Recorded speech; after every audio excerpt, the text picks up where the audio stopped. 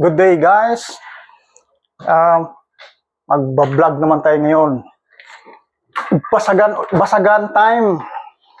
Magbasagan time na naman ako ngayon. Ang gagamitin ko na unit is rifle. M16A2. Automatic electric siya. Electric rifle. Itong rifle na to, anong tawag to? Hindi na to siya original. Iba na yung ano niya, yung pang-ilalim. Ang brand nito ano na siya? Iba-iba. Assemble na to, assemble na lang. Hindi na siya original. Assemble na lang siya. Ito. Yan. Ito ang gagamitin ko sa basagan. Magbasagan na naman tayo ng mga bote. Ang bala na naman gagamitin, as usual, 2.0, 0.20 hanggang 0.38. Hanggang 0.38 na bibis. Yan. Tapos same distance na 7 steps or 12 feet. Yan, itong gagamitin natin. M16A2. Subukan natin kung malakas ba siya, makakabasag ba siya ng buti kaagad. Okay? So, ihanda ko lang yung target at yung mga bala. Okay? Start. 7 steps. Bala is 0.20.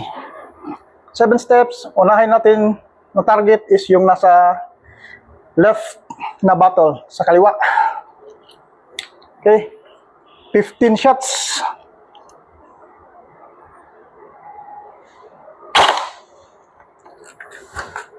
Walang lumabas. 15 shots.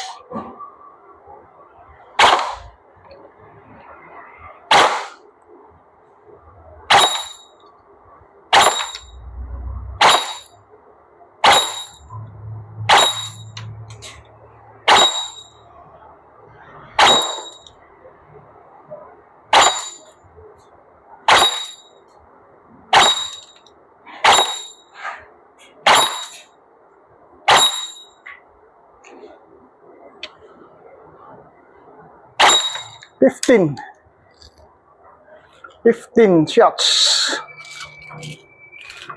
15 shots. Walang gas-gas, wala nangyari. 15 shots. Okay, so 15 shots. 15 shots. Walang nangyari sa 15 shots. So palit tayo ng BBs. Next BBs tayo. Okay.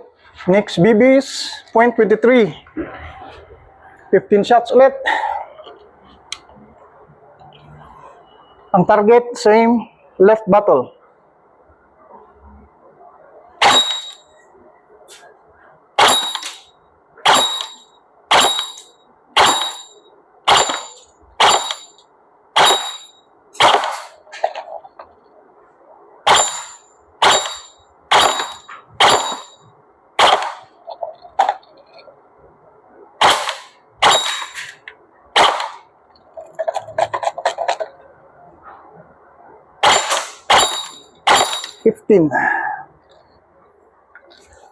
Fifteen shots, parang wala pa rin nangyari.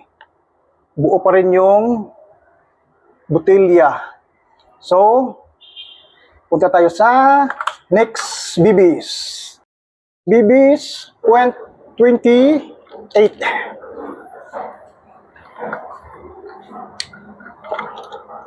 Same target, left bottle.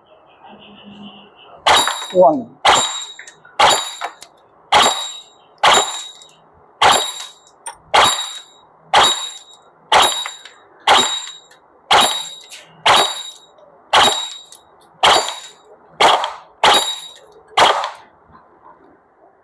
So, wala pa rin.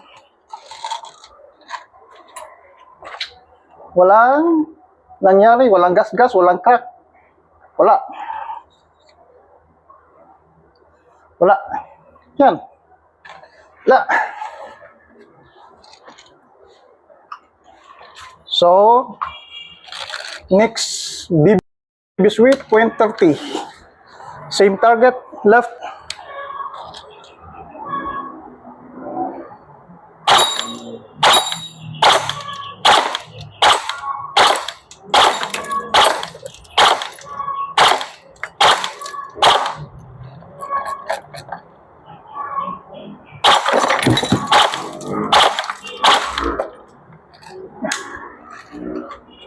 Basag na siya, basag. Sa 0.30. Yan, basag siya sa 0.30. Again.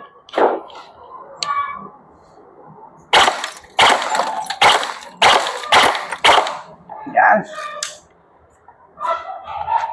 0.30, basag. Basag siya sa 0.30. So, next, yung isa naman. So, another BB Sweet. BB Sweet, 0.32.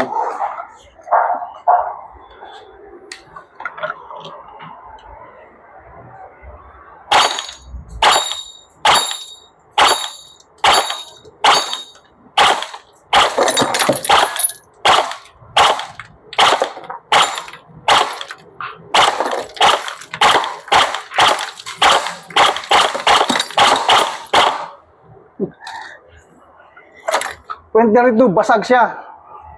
Basag siya sa kakailang tigra, basag na sa 0.32. So, next BB Sweet, 0.36. BB Sweet, 0.36.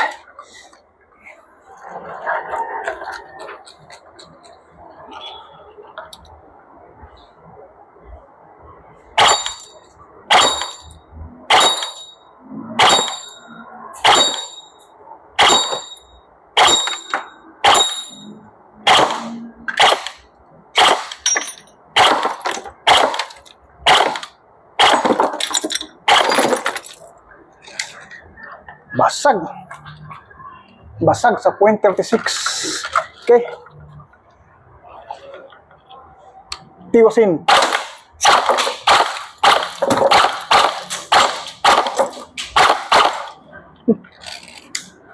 Yan, basag. But not the least, 0.38. Still made, BBs na made of stainless steel powder. Ang target natin, 7-Up na bote. Yung hinikin, wala na. Siguro, tingin ko mas makapal-kapal tong 7-Up. Tingnan natin sa made of stainless steel powder na BBs. Okay.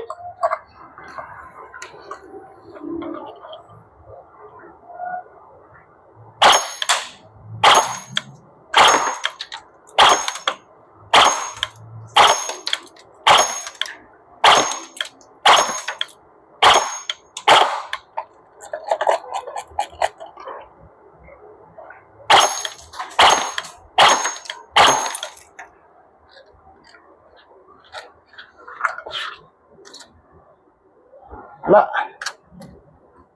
Makapal nga. Matigas nga siya. Ito, try natin itong sa wine. Matigas nga ang 7-Up. Ito sa wine, siguro kapareho lang ng kapal ng hinikin na bote. Then, 0.38 BBs.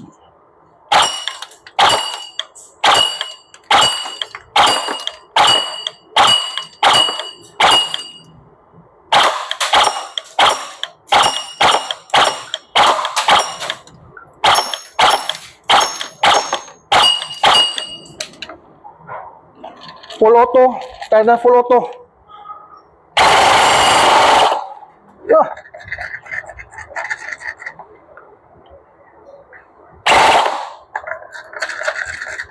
Kaya naman na, tutuwa rin.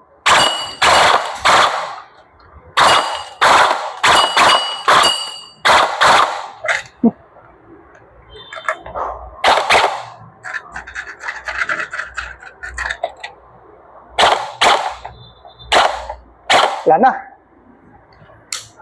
Wala na. Hindi siya nabasag. Mas makapal kasi yung buti ng 7-Up kaysa Heineken. Wala siya nabasag. Pati yung sa wine. Mas makapal kasi siya kaysa Heineken. Wala na akong Heineken. So well, tingin ko naman, kung Heineken yun, basag na yun. 36 nga, basag. Ito pa. Okay? Recap lang tayo guys. Kakapawis din. Okay, so, recap lang tayo guys. So, sa